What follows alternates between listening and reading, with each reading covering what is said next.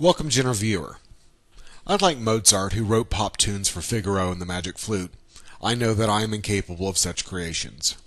While yours truly is not known for acknowledging any interest in catchy songs that are generally vapid, it is a pleasure to mention Scotty Dynamo's song, Show Me Yours.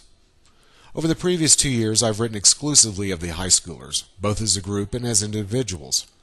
Of course, intellectually I knew I was not, nor could I ever be, part of the group. Their shared experiences are tribal, and an important aspect of their development. This limited time and place. Yet I have always looked forward to seeing them, for I never know where they may lead me. Recently, Apprentice RJ wanted to show me a video, and I reluctantly agreed, as passively watching is less interesting than active conversation. The video was about 15 seconds, and the actions of the participants are unimportant, but for the first time, in a moment, I felt that I didn't belong to the group. The experience, general researcher, was cathartic. This short video led to a moment of feeling, which led to some reflection. I now understand why symbols are extensively used in Freemasonry. If all profound occult insights are this haphazard, we can understand both why the occult is not widespread and why it is marginalized. The intellect understands the symbols and the allegories of Freemasonry in a general and unattached way, but the emotional impact makes these symbols and allegories specific and personal. We now know why the third degree cannot be communicated. It must be experienced emotionally. It must be personal. We presume the exoteric background of the 3 degrees, the construction of Solomon's temple, was chosen for a specific reason, to put the candidate in a certain mental state. The sun, the moon, the beehive, the blazing star, and the rough ashlar are only the natural objects in Freemasonry. Everything else is man-made. Everything else is unnatural. Of all the natural objects, only the rough ashlar is transformed into the smooth ashlar. Of course, the transformation is unseen. We presume this change applies to the apprentice, as occurring through the 3 degrees, and if not, then throughout the apprentice's or mason's life. The working tools of operative masonry are used in speculative masonry.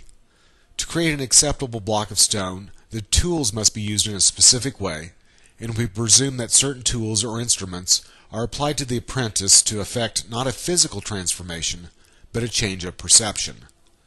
The symbols don't change, only the way they are understood changes. We accept the explanation of the symbols, with the goal to make good men better, but the teachings of brotherly love and worship of the deity are not limited to Freemasonry, but are found in most religions. If the claim of making good men better is viable, then the answer to the how must be not in what is explained, but what is not discussed, what is ignored, what is obscured. What is hidden is perceived by curiosity first, then understood by the intellect, and finally felt by emotions.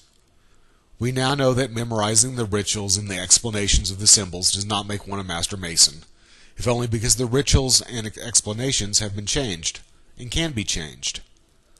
Since the rituals and explanations can be changed, and if memorization is synonymous with being a master mason, then the meaning of being a master mason changes from times and places. That is, it cannot be universal. This fact alone means that whatever else Freemasonry is, it is not dependent on the rituals and symbols. The rituals and symbols are the products of Freemasonry. Therefore, the rituals and explanations of the symbols are the creation of a master mason, with the name Solomon, Hiram, or the great architect of the universe. The phrase, "show me yours, I'll show you mine," implies full disclosure on both parties. Of course, knowledge has no obligation onto ignorance, so we cannot expect a society with secrets to disclose those secrets. In conclusion, we rightly consider Freemasons to be certified G. If the general viewer enjoyed our chat, then please subscribe to our YouTube channel.